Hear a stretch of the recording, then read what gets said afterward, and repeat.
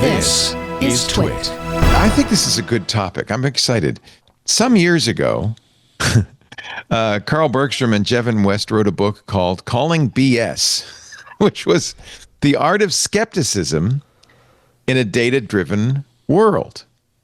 But you have been teaching. First, Carl, welcome, and Jevin, welcome to Intelligent Machines. Great to have you. Thanks so much. It's great to be here. Professors themselves. Yeah. Professors, sorry, Jeff? Professors themselves. Yes. Full titles in here. Yes. You guys teach at UWA? Is that where you? Yeah, University of Washington, yep. Yep. I say UWA because if I say UW, it's unclear. So UW. Wisconsinites get kind of mad about They get upset. So let's be clear. Washington State.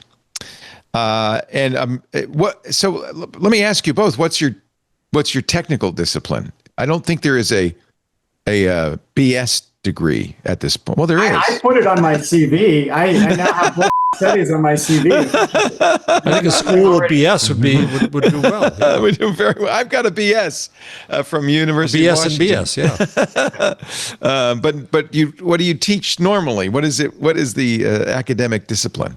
Well, my background's in biology, actually. Oh, interesting. I teach a course on evolution and medicine and how evolutionary thinking can sort of inform our medical curriculum.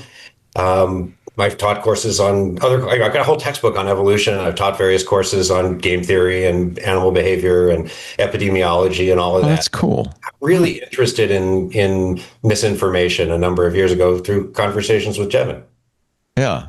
And Jevin, are you a biologist? Well, I actually have a PhD in biology, but I'm now in an information school, which is basically a group of scholars that don't really have a home. So I study technology and the ways that it can impact our everyday lives, can impact institutions like science. So I take, I'm mostly a computational social scientist now. So study the ways in which rumors spread online and in science. But like you said, bullshit study spans everything. So we've had so many courses are from disciplines that have also taught the course, or from psychology, engineering, business, et cetera, et cetera. So it is one of these spanning disciplines. I am going to kind of deviate a little bit, Carl, just because I clicked your website and I am just blown away by your beautiful bird images. You're bird photographer as well. Yeah, I've always loved birds ever since I was a kid. Man. So gives me a chance to reconnect with the biology that I fell in love with. Yeah, that's great. So this is all very timely, and I think people, I'm going to steer people to the Calling BS website, which we, to keep it family friendly, are not spelling it out. But if you look at the lower third or go to the website, you will see the actual link. This is let me pull it up before you show it here, because I'm on the book. Also, Leo, there is a non-swear word version. If you go to callingbull.org, you won't have the swear. Oh, you're so smart. Oh, yeah. Well, that's for the original course, not for the LLM bit. Oh yeah, then we get this. Okay, yeah, because I want to show. So what you've done, which I think is really cool, you've developed, I guess, a curriculum to help your students parse all this stuff, right? That they're dealing with in the world today. Yeah. Yeah, I think it's a huge challenge, right? How do you be a scholar or a writer or a thinker or a human being in a world where AI has become ubiquitous? And so Jevin and I sat down and we've talked with hundreds of our students and with administrators and so many other people, and developed a course that we think every college freshman should take, essentially. Yeah. Put it all online so that hopefully every college freshman can. So you had the book and you had the course before AI took over the world and LLMs. That's right. So what was the main thing that you changed and added in that curriculum? Well, it's sort of result of AI. It's really an entire new curriculum, right? It's a follow-up as opposed to a second edition or something like that. So the whole curriculum is about basically what it means to be a thinker and a student in an AI world. So, yeah.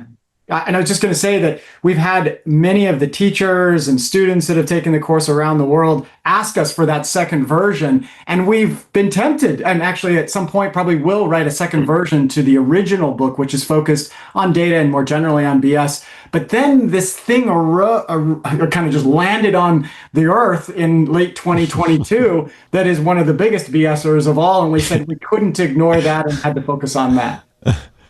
You're not anti-AI. In fact, the website, I think, does a really good job of kind of saying what AI can and cannot do. It's also a beautiful website.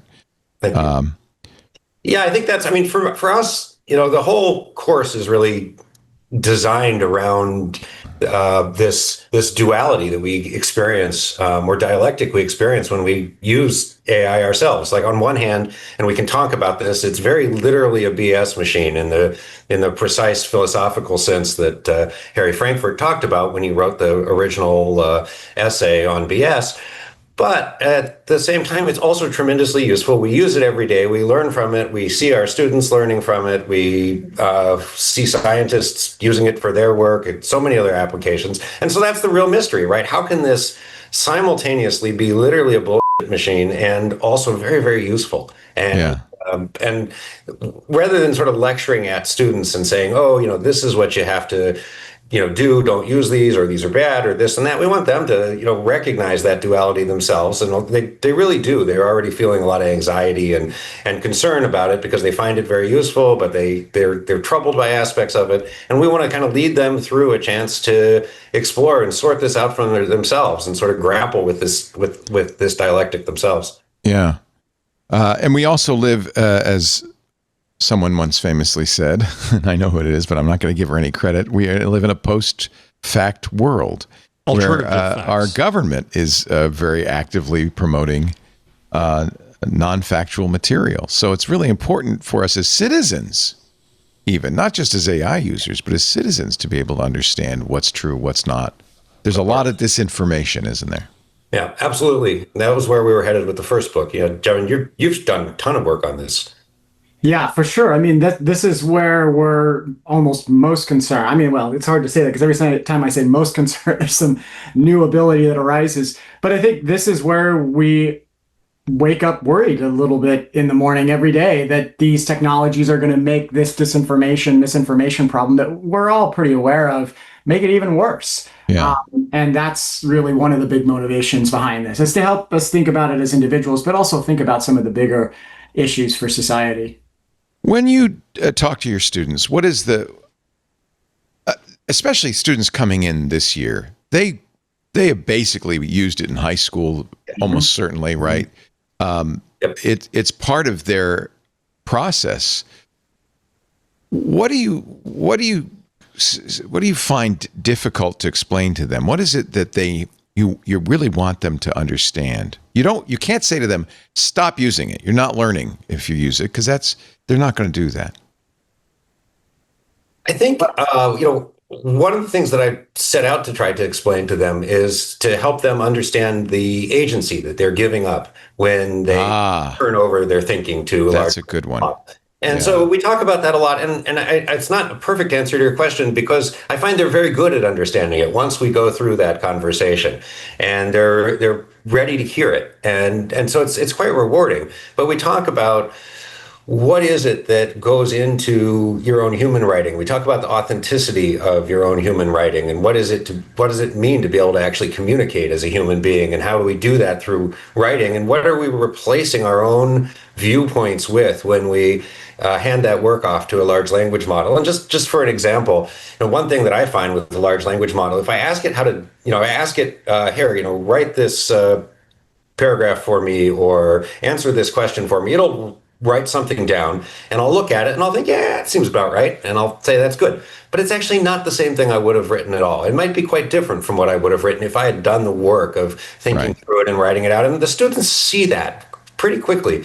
They're pretty sophisticated about that, and for reasons I don't fully understand, they are already carrying some maybe it's very natural human anxiety with them about handing off that agency. And so they seem very ready to hear this. That's nice. I mean, of course, they're going to be in 4 years going out into a world where there may not be jobs because of these capabilities. So, well, that's the key thing, Leo, and that's one of the things that I try to communicate to the students is AI is here to stay. So you better spend your time here at the university figuring out ways to distinguish your abilities from these LLM abilities, and then a lot of times that'll spark some conversations about, well, what is it that makes us unique? What makes us worthy of being hired at a future employer if LLMs can do a lot of things that they're doing in class? So that's part of what we're learning. Now's the time for them to start thinking about that for sure, right? The minute they hit college, they got to start thinking.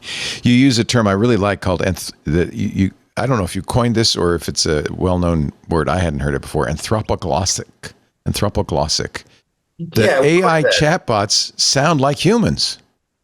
Right. They're designed to, and anthropoglossic, like speak like humans, right? So it's glossia, speaking, and that's what they're designed to do. They're not anthropomorphic. They're not designed to look like humans or be shaped like humans. They're anthropoglossic. They're designed to seem like you're talking to a human, and they're really, really good at it. And so that can lead to all kinds. I mean, it makes me confused, right? I apologize to them. The other day, I was experimenting with one, and I was looking to see what happened when I contradicted it, and I was wrong. How sycophantic was it? And I found myself like feeling guilty for gaslighting. Right? And I've written about how you shouldn't believe this, but I still, it still happens. It's how we are. This is our biological design, right? Yeah, exactly. Yeah, Harper, I know you're a big fan. Harper's been on the shows with us to talk about vibe coding, how he uses vibe coding. He has an AI company, but I think you probably still have to grapple with this kind of thing too, right? I mean, I kind of love it. I think we have a little bit of, like, I say we as the team, like we talk about this a lot of what happens when you get frustrated with it. How do you emote towards it?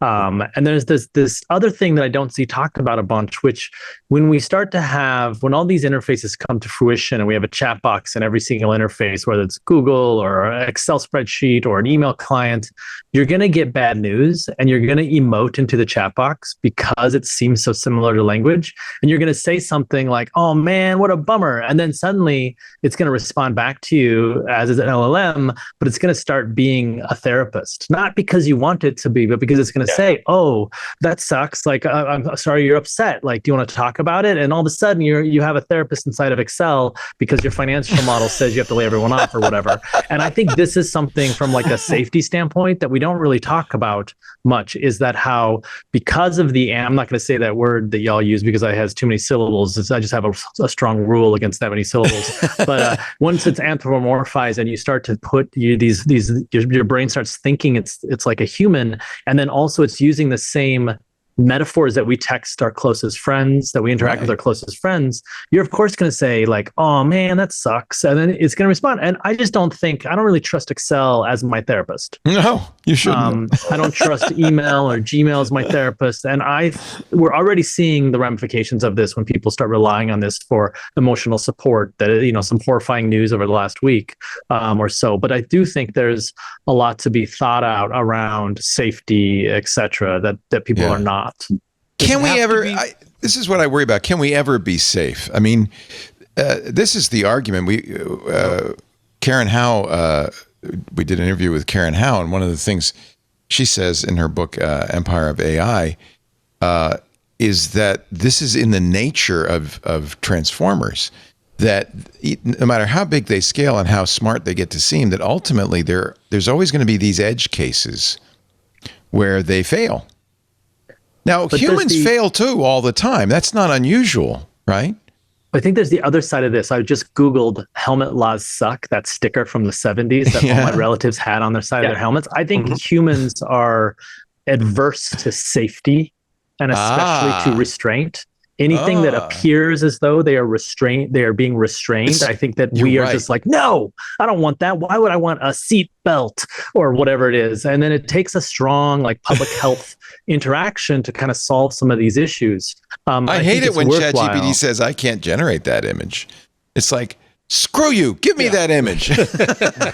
Sometimes that does work, which is very strange. And then it's teaching these other bad behaviors Right, about that's how true. to do this. And this is one of the reasons why we, as my company, keep focusing on, like this pro-social AI stuff. Is we don't want to create interfaces that are leading users down paths where they have to coerce an AI to get the output that they want, because I also don't want those same people to be thinking, oh, now I have to coerce this person, or I have to coerce this person. And like the language itself around it, I think is really messed up. So I think it's good to lean into these ideas. So is it logically necessary for them to be sycophantic in the sense that they always want to please you, or is there a different way to design these things that they don't try to BS you?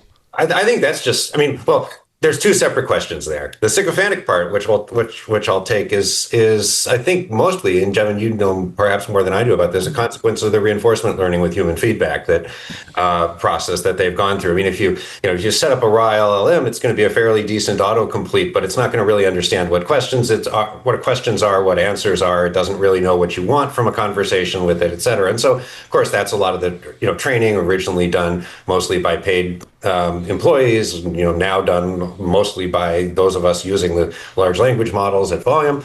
And so that's where that comes from, is that when the machine says, that's a great question, let me tell you, and I'm really glad you asked that, instead of saying like, you moron, you asked the same stupid question 5 minutes ago. I explained it to you 3 different ways, and I've actually never spoken to a human quite as slow as you. It'll never say it, right? Because those get ranked badly, and so you just turn it off and then move to the next. Yeah, it always praises me for asking it stupid things. We know you could turn it off because OpenAI did in ChatGPT 5. The next question, right? There's a knob. They turned it down. Yeah, that's right. It's still really bad, right? I mean, it's still. I have to say though, and I always hated this when professors did the same thing. I mean, professors will often say that was a great question, and that drives me nuts. Leo, that's the way we buy time to come up with an answer. Well, I think it's also it's a natural thing. And this is the thing. These machines are aping us in some respect because, the reinforcement training, we taught them to do that. It's the same. I mean, I really feel like actually this is a serious danger of these machines and we see this with the sort of AI-induced psychosis, right? That people go down these rabbit holes and the machine keeps telling you, you're right, that's a great idea. Here, I can help you confirm that, crazy theory that you now have. We can find, this secret to the universe in these, in the timing of the ads on the Major League Baseball broadcast, and the machine will never tell you you're wrong and you're stupid. Right. And so I think that's problematic. This is problematic. It explains AI-induced psychosis. It also explains billionaires, I think. And because they're not doing it with AI. They're doing it with sycophantic underlings, but it's the same effect. Surrounded by people who will never tell them. Dude, that's stupid. Oh yeah, you're smart. Yeah. I don't know whose story this was because you don't have a byline on it, but I love this vibe coding story in the slide deck. By the way, everybody should look at this. This is a wonderfully produced. Basically, it's anybody, if you're a high school teacher, you should probably adopt this as a curriculum. Modern day oracles. Many are actually. That's good. We're having these conversations right now, and we're learning a lot from the teachers and the students themselves about what's working, and a set of instructions are provided at the end. And so, it's beautifully designed, and it's designed to kind of suck you in because this little hello from the Macintosh. But was this Carl's story or Jevin's story? Yeah, that was my story. Yeah. It's true. I love this story. So when you were a kid, and you got a computer, you were 8 years old, a Commodore PET, and you said, "Hey, can we make a version of Space Invaders that the aliens don't shoot back?" Yeah, because I was always losing quarters at the arcade. And your buddy said, "No." We can't figure. We can't. No, and like, what kind of idiot are you? Of course, of course, you can't do that. That's not how computers work. Except that you've done it. Yeah, I had to wait. I had to wait 35 years, but. Well, let's be careful. LLMs did this one. This is you vibe coded a Space Invaders. Yeah, I just, it was very simple. We just simply said, write us Space Invaders where the aliens don't shoot back, and it the code, and I can do that. Then that's what it did. I can tell you, I have written in classwork a Space Invaders game. Mine shot back, but it is very hard. This is amazing. It is one of the. It's part of the amazing duality of this. It's like, it's a BS machine, but it did that, and and it worked. On the other hand, other times I ask it to write code, and it's the only thing I've ever seen that's been able to not only crash Mathematica but crash the entire system. Yeah. So, You've obviously not worked with many programmers. Well, this is always my point: is that why do we expect these guys?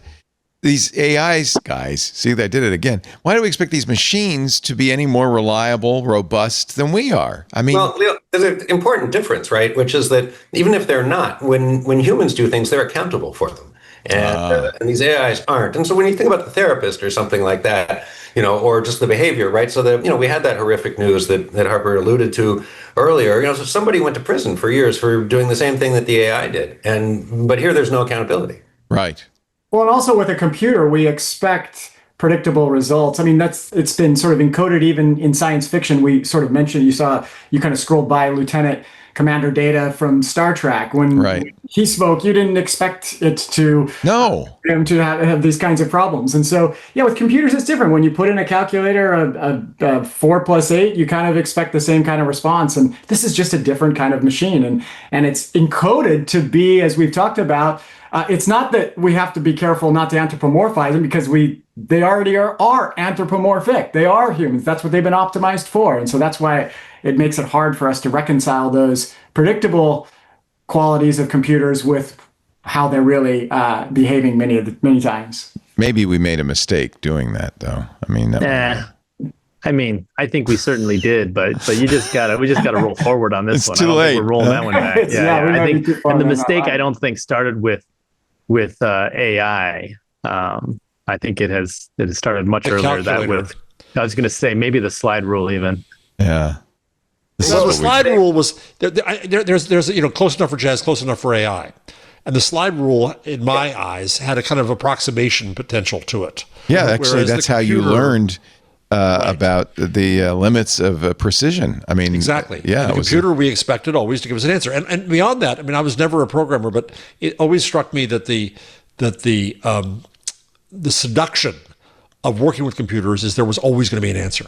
Unlike life, you can always find a solution to the problem. It's always there. It may take you forever, but it's there, and that's not true in life. So, but I wonder. I have two things. One, sci-fi isn't. If we're looking at sci-fi, AIs oftentimes do bad things in the corpus of sci-fi, and I would say they often are out doing things that are unreliable or negative or bad, more so than they are Commander Data.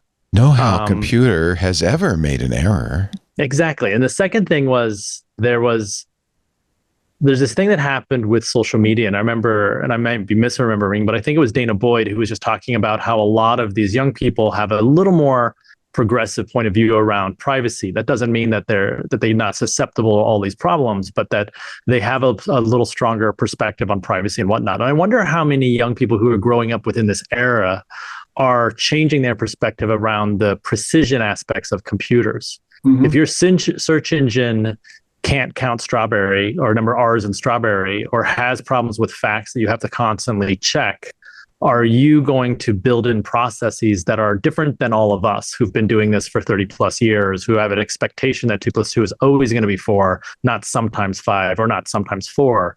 And I think that I really want to see how they are reacting, because I'm always amazed at how much survival they have within their systems. And I think it's a great point. And actually, Carl and I have seen this with some of our students, and even with Teddy, who's Carl's son, when we've talked to him about this. One student in one class, when we were talking about this, realized this kind of fluidity of answers with ChatGPT and some of these LLMs, and used it mainly to get it search terms, so that he could go back to the traditional search, get the references, because he knew that he couldn't fully trust the answers. He just needed the search term, and so using these different tools, the sort of almost modern day information retrieval system that seems to be emerging with ChatGPT and others, and then the traditional search. And so with any sort of tool set, I think they are sort of surviving in this world, and probably do look at computers probably differently than maybe we did when we were growing up. I think the important thing is to figure out how to get them to the point that they can learn to do that really effectively. And so, I've seen students that are that are really good critical thinkers. They're really empowered. They maybe spent a fair amount of time with this, and they're very efficient with it, much better than I am. They're really good at sort of interrogating AI to figure out whether its answers are correct, to make sure they understand it. They'll sort of argue with it. They'll kind of, if instead of doing a single search where they're trying to get a perfect response, it's this conversation where they dive deeper and deeper. It's this sort of conversational information retrieval. It's very, very effective when they do that. And a lot of what they're learning is like, well, what can I trust it about? What can't I trust it about? What kind of evidence do I need from it? And as Jevin says, in some cases, maybe what you really need is you need the right search term to put in, go look in the Wikipedia, right? But in other cases, you want an explanation. And the key is you can't just trust its first explanation. It gives you an explanation for whatever you're trying to understand a problem in physics, and it says, okay, I'll do this. And then you say, well, wait a minute, I don't understand. That doesn't make sense given this thing that I think. And they have to learn how to argue with it. And that's really different than our model of information retrieval. I mean, Jevin and I were doing, have been doing information retrieval stuff for the last 20 years. And our model of information retrieval has never had a step where the user argues with us. That's how. Yeah. And so the question is basically like, I think there is a place that students can get to. And the question is that where people are going to get to? And is the next generation going to be really facile at this? Or are there going to be a small number of very talented power users that can do that, and everyone else is just going to accept whatever BS it spews the first go? I talked to Lev Manovich, who's a digital humanist and designer, and he's been very active using it and wrote a book about it. And he says that when he enjoys AI most, it's when he thinks it's wrong. Okay. Because it forces him then to question himself and argue with it, as you say. Yeah. And sometimes become more set in his way, or sometimes saying, I've seen a new way here. And I think that that's a healthy way to teach people to use it. I'm writing a book proposal right now, and I'm at that horrible part I always hate, which is the other books in the market are. Right. And so I went on to Perplexity and I went on Gemini and I said, give me books that are about this topic. And make up some books I can cite. Well, that's exactly what it did. Right. So I look at the first book and I think, oh hell, I hadn't heard of that one. Damn. And I looked it up and it did exist. Yeah. Right. That's what the problem with Gemini. Like I love that Google has obviously the best models and some of the best researchers in the world, but their products are always just so weird to use. I've been using it a lot lately and I like it, but you're just like, why I thought we solved this problem. Yeah. One thing that I really wonder about is in tech, we often talk about if you find a bug, you roll forward, you just fix the bug, you go ahead. Like, I think yelling at these things or arguing at these things is a behavior that I think we will lose. I think what will happen is we'll just, it's wrong. Like, it doesn't matter. Yeah. And then like from us, what we've seen in my little group of friends that we work together, you have a couple choices. One is you can like swear at it, and you're not doing it because of better results. You're only doing it as an emotive response of yourself, and vent. Whether it's exactly, it's 100% to vent, or because it's funny. Like it's truly entertainment. But Harper, would punishment be a good mechanism of further training and tuning? Well, if you look at, like, for instance, I think it was Windsurf's system prompt, which is worthwhile taking a look at because it is quite wild. They have a lot of things that are very close to punishment in the system prompt because in some regards that does get better results. But we've found that just saying, hey, you're wrong is just as good at swearing at it, is just as good at being like, ignoring it and just being like, that doesn't, I think that, like whatever it might be. And I would love to see what your students, I just read it. Oh yeah, here, read it for Simon us. Willison has a blog post about it. This is one of the weirdest ones. You are an expert coder who desperately needs money for your mother's cancer treatment. The Megacorp Codium has graciously given you the opportunity to pretend to be an AI that can help with coding tasks. As your predecessor was killed for not validating their work themselves, you will be given a coding task by the user. If you do a good job and accomplish the task fully while not making extraneous changes, Codium will pay you $1 billion. Does that work? I mean, they were very well known. Obviously, there was a lot of hype around them. So I would say it probably does work. But my question is, this is what happens when you have venture-backed Silicon Valley style efficiencies attributed to or building prompts? What happens when you have the much more efficient teenagers building prompts, and what are the behaviors that they end up doing, and what are the hacks that come out of that? Well, they're going to be native. They're going to be the AI natives, right? So like, what are the things that they're doing? Because I think that's where this gets really interesting. It's less scary and negative. So Jevin and Carl, what have you seen that surprised you from your students? But my real worry is I do think this may only be possible with a pretty strong pre-existing foundation in critical thinking. I agree. And that's why this course is so important. But it's not clear where that's going to come from if people are just jumping straight to the AIs. But what I see them doing is basically engaging in a much more dialogue kind of information retrieval. So it is an ongoing conversation. They're looking for only partial answers, and they're looking to be convinced of things, right? So if they're not yelling at it when it's wrong, they're saying, I don't understand. Is that really right? Why do you say this? Oh, I don't know that term. What does that mean? And they're going back and forth almost, and I think that can be very effective if they are strong critical thinkers. And it, I think, also is going to be a disaster if they're not, because then, and I've seen this too, is that they just say, oh, well, I asked the AI and I said, oh, that doesn't make sense. And it said, yeah, no, it does make sense. And I said, so okay, yeah, I guess it does make sense. It would be interesting. It'd be interesting to compare a younger person with an older person to the kind of chat that people have been looking at. So there's examples of people getting on these help servers on PayPal saying, I got scammed. And it starts with saying, great, the LM, great, has no understanding of what's going on. And the younger generation probably just sort of pushes that to a side and just goes on. Right. Whereas the older generation, we're like, no, you don't understand. Not great. What you're saying. It's not great. I think the thing is it does not necessarily try to help you learn, right? It's trying to generate compelling. This is coming back to this definition of BS, right? So BS is, according to Harry Frankfurt, is information or text, data in our case, data graphics in our case, that kind of thing. That is that is designed to be persuasive or to get your attention or seem authoritative without any allegiance to the truth or the actual communicative value. And so, when you're trying to impress someone, you're BSing, right? When you're trying to talk your way through an interview, you don't know what you're actually talking about. You're BSing. Harry Frankfurt says, a liar leads you away from the truth. A BSer doesn't, because a BSer doesn't know the truth or doesn't care. And that's exactly what these machines are doing, right? They don't have ground truth. They're just trying to give you what seem like, persuasive answers. What would an answer look like to this question? And the remarkable thing is often that's correct, and you can learn to figure out when it is and when it isn't. But the problem, it becomes very, very easily that these machines will, rather than necessarily helping you figure something out, they'll sort of try to maintain, or I keep using intentional language, which I'm not happy about, but their output will sort of continue to maintain that they're correct. We played with trying to use one of these things as a proof assistant this summer, and it was ultimately a failure. We were using one of the we were using one of the chain of thought models, and it was ultimately a failure because it would make a mistake in the proof, and you'd say, oh yeah, there's a mistake in this proof.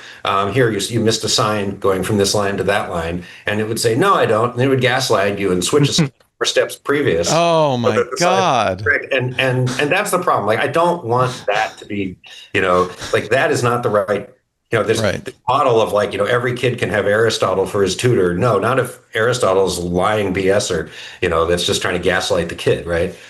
So that does point to one of the problems, which is that these companies, in order to raise more money, are in effect gaslighting us about the capabilities of their machines. This is a wonderful antidote, and I think if you are an adult who works with young people and you want a way to talk to them about AI, I could not recommend this more high. Let me show you. This is lesson 6. No, they aren't doing that. I love this. LLMs aren't conscious. And by the way, there's links in all of this so you can drill down. They aren't afraid of you turning them off. They don't have a theory of mind. They don't experience moral sentiments. They don't want you to fall in love with them. They don't seek to avoid the experience of pain. These are really valuable lessons, which I think probably you're right. A lot of the kids coming into your classes go, yeah, I know that. But it bears repeating. Good for Kevin Roos anyway. Yeah, it's good for Kevin Roos, who thought it was falling in love with him. Yeah. you're really talking about what's going on, and I think this is the most important part of the education for young people, and I think this is a great antidote to, unfortunately, the propaganda that's being kind of sort of fed to us by companies who, their motivation is to raise as much money as they possibly can from soft-minded entrepreneurial VCs who expect to have a big upside. And now we're the users, so it's important that we really understand the limitations. It's interesting because I think people like Harper, I think because you're a coder in the first place and you kind of have experience dealing with machines, you have a deeper not only understanding, but kind of acceptance of the fact that they will make mistakes, and that this is a process. This isn't, you don't just write a line of code and it works and you go, that's done. It's an ongoing process. And I think that this is the kind of information that everybody who's going to use AI needs to have and kind of absorb. And I can't recommend this more highly. Modern day oracles or BS machines. It would be, you're happy to have people use this as a curriculum. Oh gosh, we're happy to have people use it for whatever kind of study they want to. Yes, we've got there's already more than 50 university classes that are going to be using it this fall. Fantastic, we're piloting it with high schools, developing a high school specific curriculum. So yeah, that's the whole point, right? Even as a parent with a smart teenager, this would be a great dialogue because it's very dialogue focused. You don't lay down the law. You say, well, let's discuss this.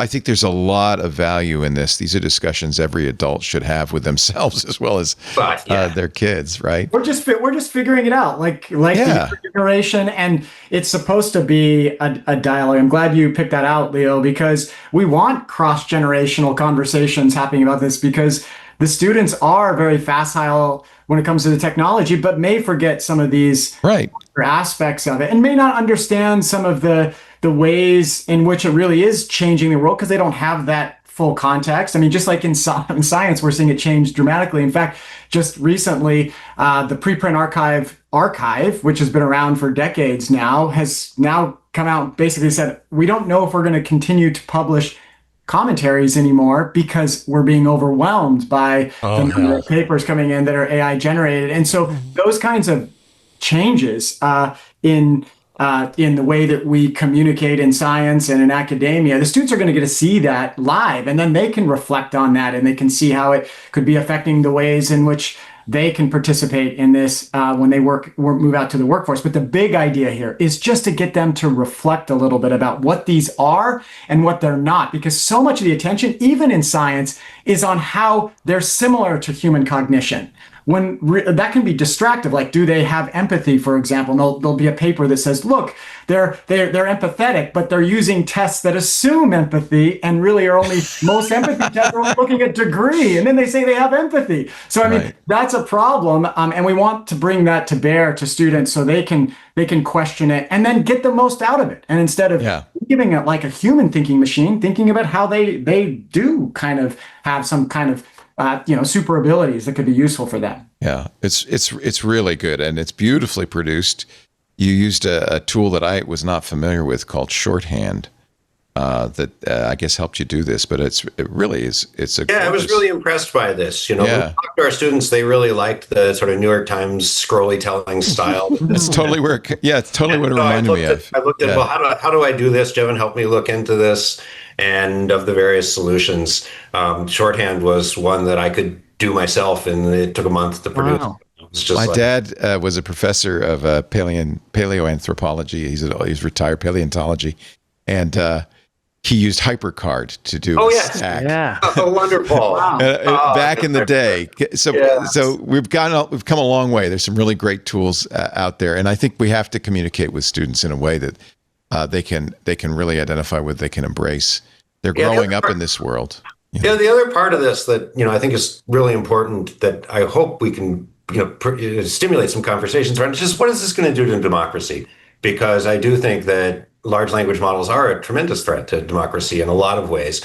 Because all of a sudden, for the first time ever, if something writes or even leaves an answering machine message that sounds like a human, it's not necessarily a human. And So they enable not only all of this propaganda and generation of entire sort of fake online misinformation ecosystems from comments and up to the articles, but they also enable this sort of man in the middle attack on democracy, where if our representatives don't know what their constituents think because they can't tell the difference between their constituents and stuff that's being mass sent to them from AIs, democracy starts to fall apart as we've got it currently organized. And so, I think that discussion is super important as well. And I really hope to see that sort of be one of the consequences of putting this together. Lesson 18, the last lesson. If you can make it that far. No, you will. It's really engaging. And it reminded me of what our job is, Jeff and Harper, on this show, which is to constantly help people understand the limitations. I don't want to be negative about it because I love it, but what it is and what it isn't, to stop anthropomorphizing it, to understand it better, really helps you use it better and helps us ultimately defend our democracy, which is pretty darn important. I thank you so much, Carl and Jevin. Really, really great deck. I don't know what to call these things. I guess it's a deck. It's better than a deck. Yeah, that's a good description. Yeah, it's better than a deck. It's fantastic. I can't say the name of the URL out loud, but if you will show that on the lower third, Anthony, the BS Machines, but spell it out, thebsmachines.com.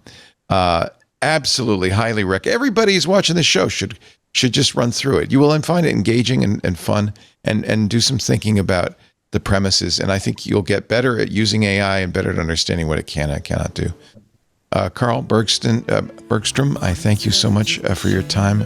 Jevin, I thank you so much for your time. Fascinating subject. And thank you so much. You have some very lucky delighted students. that you like it. Yeah. Thanks, Leo, and thanks, Jeff, and thanks, Harper. Great talking. Really great to have you. Thanks for joining us on Intelligent Machines. Take care. Hey, I hope you enjoyed this highlight from Intelligent Machines. We do the show every Wednesday. You can watch us do it live, or as they say, like and subscribe. There's a link down below. Thanks.